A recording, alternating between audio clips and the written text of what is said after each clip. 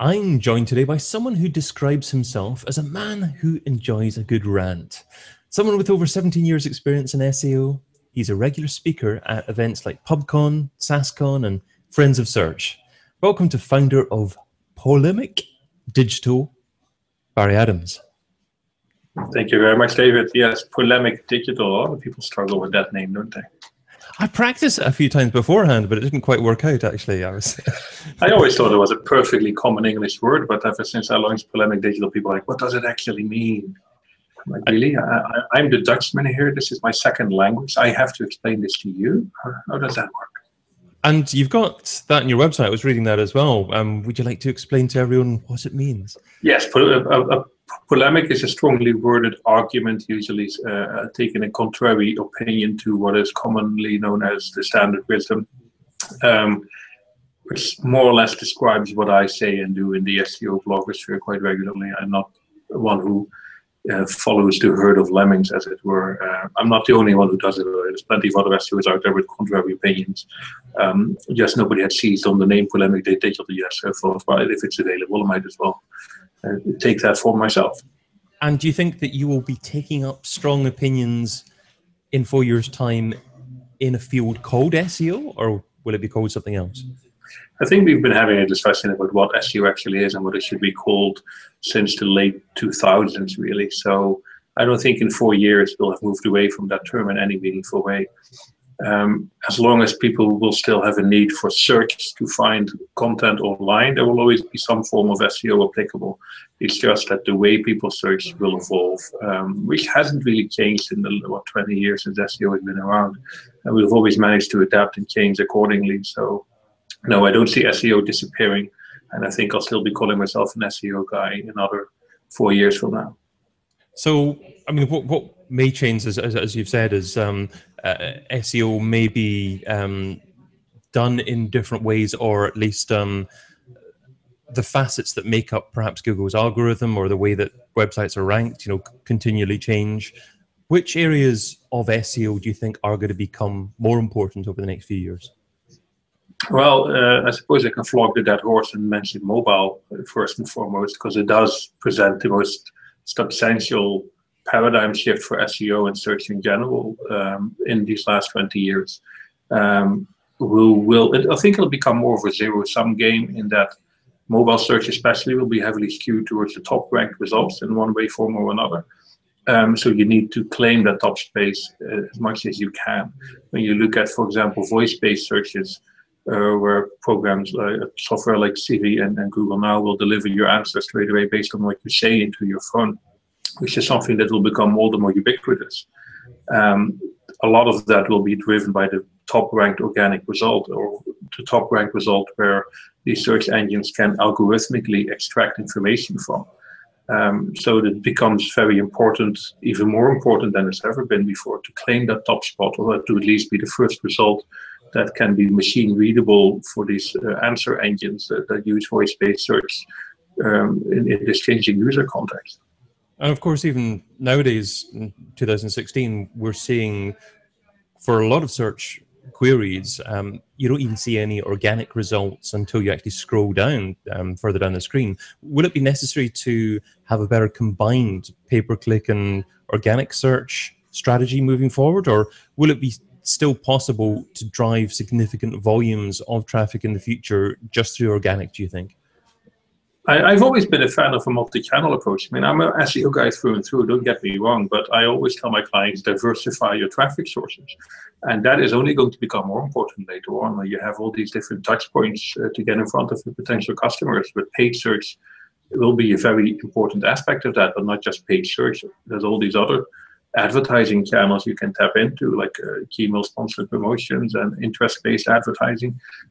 I think you do need to invest in that properly and work with experts in that particular field. As long as you don't put all your eggs in one basket. It's a combination of factors that you see enhancing each other. If you do advertising right and organic search right and email marketing right and social media marketing right, they'll have an additive effect that will help your online presence become as powerful as it can possibly be. I think the mistake a lot of people make is that they think they're more cost effective by just focusing on one channel to the detriment of others. Whereas the exact opposite is true. You can do a little bit in each of these channels. You'll have an exponential effect, and if you just do one thing really in depth.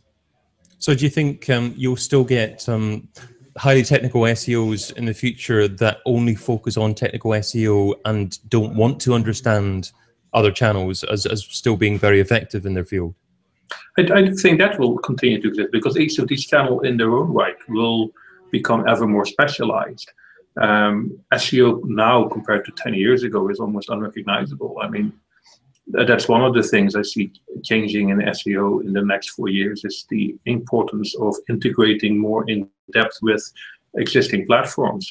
Google Accelerated Mobile Pages being a prime example of this. That's a technical SEO exercise at its core that allows you to integrate your website's content with Google's own mobile platform to a certain extent.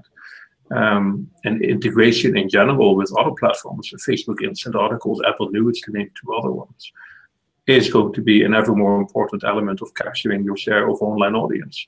The same when you talk about advertising platforms, they're becoming more complicated and more intricate all the time, which means you need specialists to help you navigate that landscape and allow you to become successful in those areas. So while you want to have a diverse general presence online, you probably need specialized resources, specialized help for each and every one of those separate channels.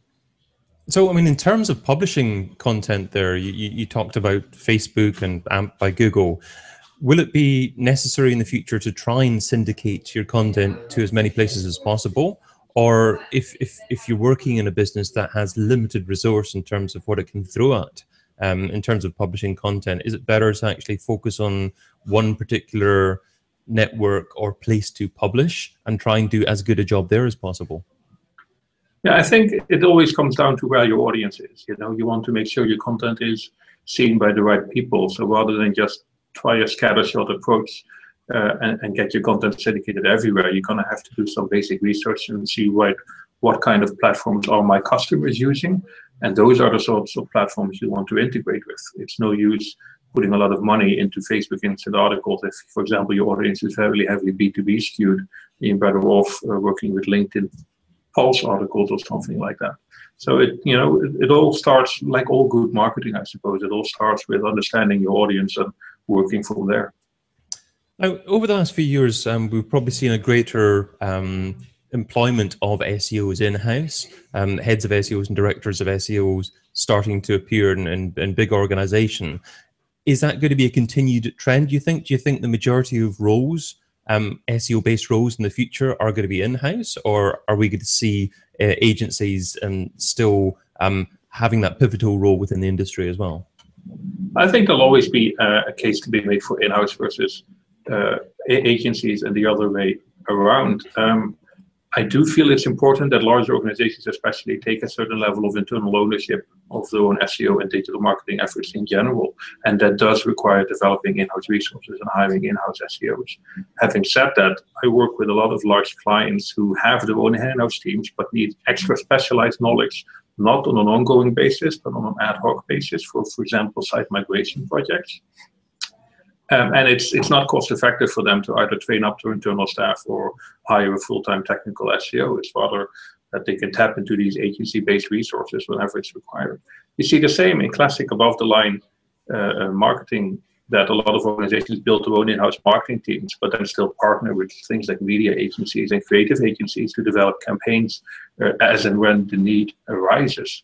So yes, in-house is only going to grow as more and more people take online more seriously and digital claims a larger share of marketing budgets in general. But agencies will always have a space. I do, however, think agencies will need to differentiate themselves and become specialists in specific niches where they can easily prove their added value rather than being an all-in-one generalized agency. Because I do think the market for those is going to decrease and shrink rather than grow. So, I mean, what would you say are a few SEO strategies that are still working really well now in 2016, but are less likely to work effectively in 4 years' time in the future? Well, we already see the decreasing value of just spamming blogs with cheap content nowadays to keep it ticking over. You know, you're going to have to invest more and more in very high quality content to attract eyeballs to your website. I mean, the whole thing about content marketing as a separate hype word, I think that is going to disappear because it becomes just marketing. Marketing without content has never existed. Marketing has always been about content, be they really good advertising videos or interactive online pieces or whatever you want to call them. So I think that content marketing buzzword is going to dissipate into the background and just become associated with good online marketing in general. Intriguing. Okay, so paid and organic is going to become one as well, do you think? I hope not, because I don't like giving money to Google, and paid search is not really my specialty, nor do I have any interest in developing a specialty in it. I think Google will always have to make that distinction between paid listings and organic algorithmic listings to a certain extent, which is actually currently the focus of a European Commission investigation anyway. And I think they've been wrapping Google on the knuckles a little bit for blurring the lines between paid and organic listings. And I think Google realizes that the organic listings is why people keep coming back to Google. You know, the audience that Google has developed off the back of organic search is their main product. And that's something they want to make sure they keep looking after, because that's the product that they want to sell to advertisers on an ongoing basis.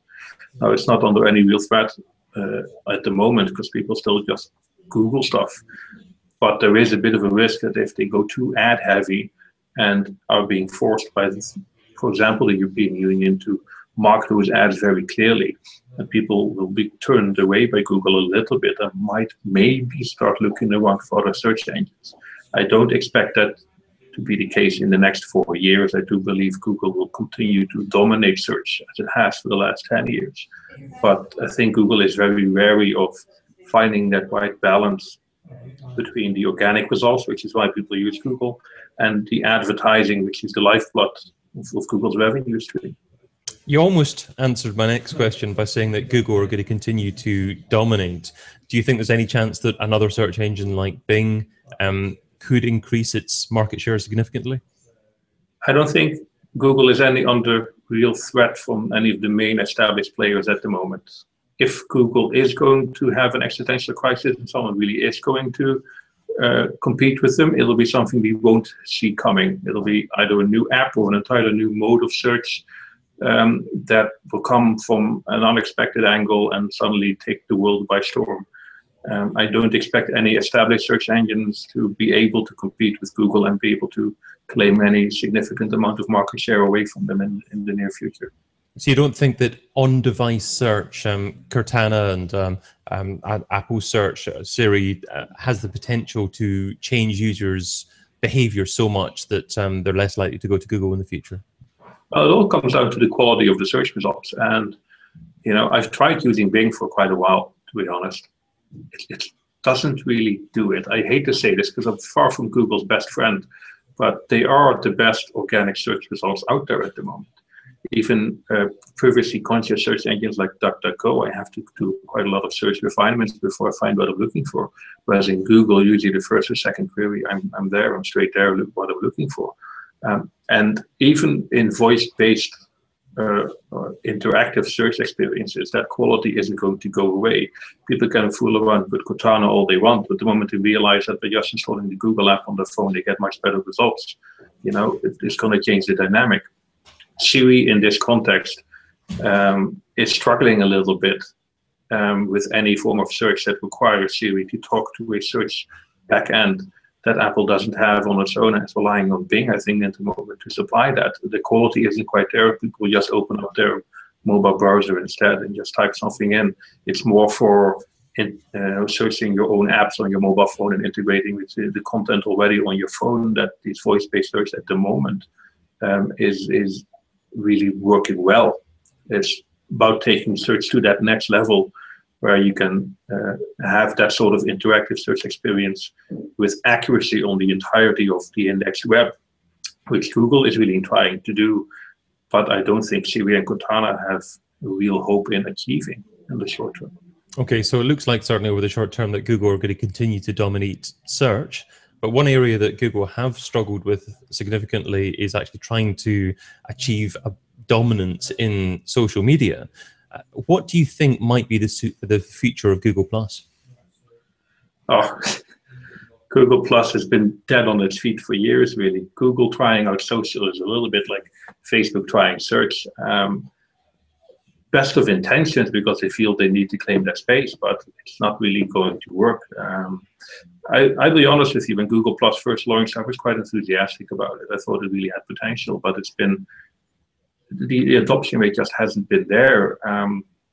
I think Google has probably done the right thing by splitting out Hangouts and Photos into different apps and leaving Google Plus there mainly as a community platform. I predicted a couple of years ago Google Plus would just die out and the plug be pulled. I don't think actually now that's going to happen. I've had to change my opinion on that. I do think it's going to have a niche appeal as a community platform, which is currently more or less is. And whether or not Google will keep that running indefinitely really depends on how much Google is going to keep using it internally. The moment Googlers themselves are going to stop using Google Plus as a community platform, that's when you know it's just inevitable for them to pull the plug and throw it away. So does Google need to make some kind of social purchase, maybe even Twitter or something like that, to try and actually utilize all this data out there? I actually think Google has been turned away from social a little bit to a certain extent.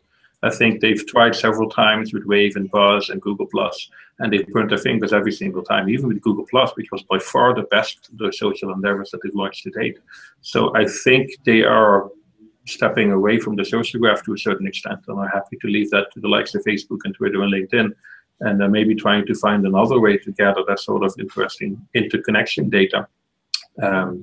Maybe by making deals with the likes of Twitter like they have already, but plugging into the Twitter Firehouse. I'm not sure they're ready to buy a company like Twitter yet, because I don't think that they see the growth potential of it outside of the narrow scope that Twitter has at the moment. Which, by the way, is an entirely separate discussion, but interesting to note. I don't think Twitter is in any real trouble. I just think people have too high expectations of Twitter. I mean, it makes like 500 million a year, which I think is a perfectly respectable turnover, but people expect it to make 500 billion a year, which is entirely unrealistic, which is where the whole friction comes from, but that's a side point. In terms of Google and social, I think Google has realized you can't force that down people's throat, and is maybe trying to find ways to have that grow more organically, pun intended. I don't think they have found a way to do that yet. And like I said, I think they've sort of lost the appetite for it on the short term. And what about websites, website design, future-proofing your website to ensure that hopefully Google doesn't dislike what your website looks like in the future? What can businesses be doing now to ensure that their website design is as future-proofed as possible? Keep it as simple as possible. I think websites tend to go wrong when they try to put too many bells and whistles on it. If you keep your website simple, straightforward, and easy to use, you tend to build in the future-proof by default by not doing anything that might stop being supported at some stage. Having said that, I do believe that the look and feel of websites is going to become increasingly less important over the coming years. Again, we're talking about these integrated technologies like Google AMP, which strip out all the superfluous stuff from your website and focus purely on displaying the content as cleanly and easy to use as possible. So what your website really looks like on the desktop will become less important than how well the content is presented, or presentable and extractable in platforms like AMP and Instant Articles and Apple News and things like that.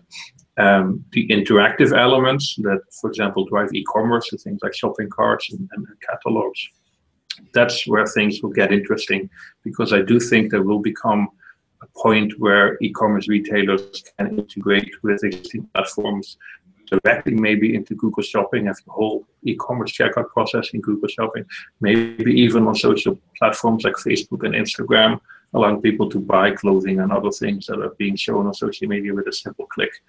So that is, I think, the next technological disruption of the current web as we know it, that people still have to go to an e-commerce website and buy it.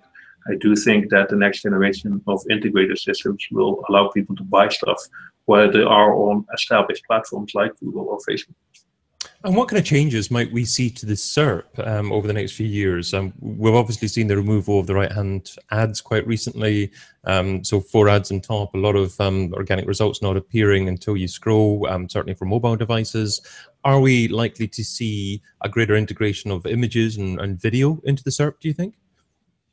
Yeah, already you see that if you search for specific trailers, you can view the trailer right in Google search results for movies. Music will be a next step where people can just play music hosted on Google, maybe integrated with streaming music platforms in Google search results. It's all about, for Google, it's all about delivering the best possible user experience with as little interaction as possible. You see that with Knowledge Graph, you see that with everything else that they're doing. So whenever Google gets a chance to integrate an experience into search results that will deliver value for its end users, we'll seize on the opportunity and do that. So yes, I do think we will see more of those sorts of integrations in search results, and we see it integrate more, evolve more into becoming an end destination in and of itself, where you don't have to go through to the actual website or platform that generates the content, but Google will serve you the content straight away. So it's been talked about for a while that Google want to move away from links as a significant algorithm signal. Is this realistic? And what do you think might be more primary factors within the way that Google determines authoritative and relevant content in the year 2020? Yeah, I've been putting a lot of faith over the last few years in sentiment analysis as a possible replacement or amendment to the pure links signal in Google search results.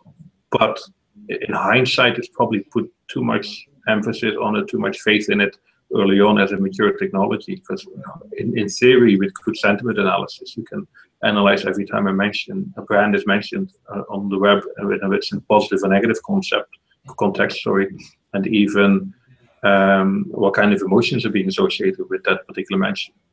However, I don't think that's really matured yet to such a level where it can serve as a reliable signal to rank search results or rank web content on. The signal to noise ratio is not positive enough. It's still too fuzzy a signal to really rely on.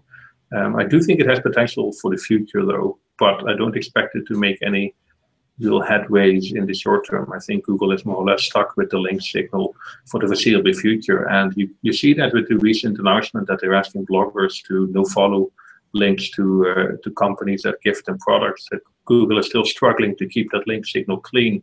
And they really want to keep the link signal clean because it is still the cornerstone of the ranking algorithm. Mm-hmm. So what do you think are some of the more effective ways to go about building links now and in the future with a view to hopefully Google not disliking that? Well, the cheap and nasty scalable tactics have never really gone away as long as you accept the risks that are involved with that, and those risks are only going to grow. Building links as such, it still works to an extent. You just have to be a bit smarter about it. And like I said before, have something worth linking to. I mean, the best link building campaigns that we tend to mention and that you see mentioned in conferences and on webinars aren't actually meant as link building campaigns. They're meant as just attention grabbing campaigns that get people talking about your particular brand, and as an extra result, you end up getting a heap or load of links pointing to your website. So that's the sort of thing, brands will need to refocus on again, because historically that's always been the remit of classic marketing. And we've sort of forgotten how to do that with digital marketing, and we thought all these technically interesting tactics would take the place of that, but it's not really true. We have to go back to building those sorts of interesting marketing campaigns, just now using the internet as a medium to promote those campaigns rather than just using above-the-line channels historically. And that really is the future of link building, and an extent that it becomes a happy byproduct of all the marketing activities that you're engaged in.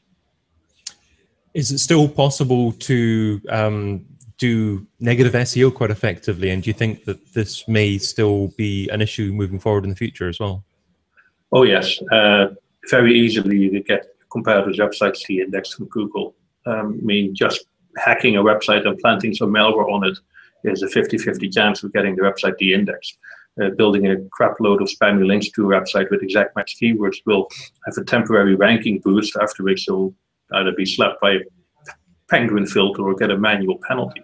So yes, negative SEO is still possible. However, most of the times it's actually done by people working for that organization trying to find a shortcut to Google rankings rather than by an external competitor who's trying to be nasty in any way, shape, or form. With the exception of hacked websites, of course. Nobody wants to see their own website be hacked. But we have seen several cases in recent months where a website was hacked. Google didn't recognize it as malware, but saw it as an attempt at cloaking and instantly de-indexed the entire website. So web security as such is going to become more important to protect yourself against those sorts of attacks. Right. And what about AI? I mean, we've heard RankBrain over the last year or so. Was that more of kind of PR type thing for Google to be talking about artificial intelligence, or is artificial intelligence really going to drive the algorithm moving forward? That's a very good question. I don't really have an answer for you there. I don't know enough about machine learning to have an informed opinion about RankBrain, so I'm just going to leave that to people who do have machine learning backgrounds, or at least sufficient knowledge to be able to dissect what RankBrain actually is and what it actually does. I mean, there's so much being written about RankBrain, and 99% of it you can just chuck out the bin because nobody actually has any idea of what RankBrain actually is and how it actually works. I do think those sorts of machine learning elements in search are going to become more emphasized. I mean, to a certain extent, the entire Google algorithm to date has been a machine learning exercise. You know, engineers trying to algorithmically tweak the systems to present the best possible results, and then looking at user feedback to determine if those results are actually the best possible results or not. I think they're just trying to automate the process a little bit more and calling it RankBrain, so that rather than by engineering interference in the back end to tweak the algorithms and get high quality results, they're going to directly connect the user signals to the rankings and then let the machines handle the problems, really. That is only going to grow because the web is becoming too big and too unmanageable for Google's engineers to manually tweak the algorithms all the time, which might get a positive result here but a negative result there. The exact mechanisms with which they use that will be far out of comprehension for mere mortals like you and I, I'm afraid. Well, Barry, you've offered some wonderful advice or interesting thoughts. Thanks for sharing that. But just to conclude, what is one or two things that businesses need to be doing now that is still likely to be a valid strategy moving forward in 2020? Build something worth visiting. I mean, I see too many websites, and I actually speak to some of my clients who feel that they deserve to be #1 on Google because they built their business is 30, 40, 50 years old, and they've always had a really good customer experience, etc., etc. But if that doesn't reflect your online presence, then you're going to lose out. You need to have something on the web that is worth visiting, that adds value to your marketplace and to your customers' life, generally speaking. If you don't have that, then no amount of marketing efforts are really going to make up for that. Wonderful stuff. And how can people get hold of you, Barry? Follow me on Twitter @Badams, or just visit polemicdigital.com. Great stuff. Okay, thanks again.